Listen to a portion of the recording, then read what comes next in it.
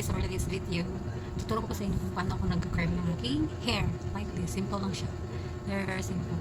Para lang siyang wavy gamit nito ng ating nabili sa TikTok shop. So, yan. Ito yung nakulog ko na kuwatan ng hair dealing. Kung nagkukulot ako kasi nuna ko dito sa baba. Kala mo marunong ino.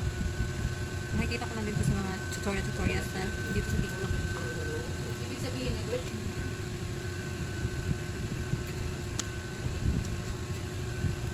yung salamin ko.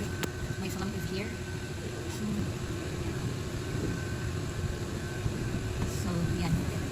Then, meron siya nga nasa dilo, di ba? Ayan, hindi ko matiming basta meron siya nga yan, titignan dito. Iikit mo na siya, diyan yung buko. Saka mo siya ayan.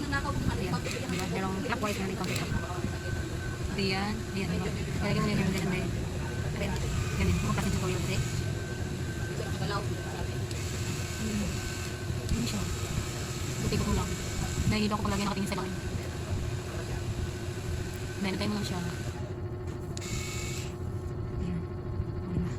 See? Ganyan naka-easy. Hindi ko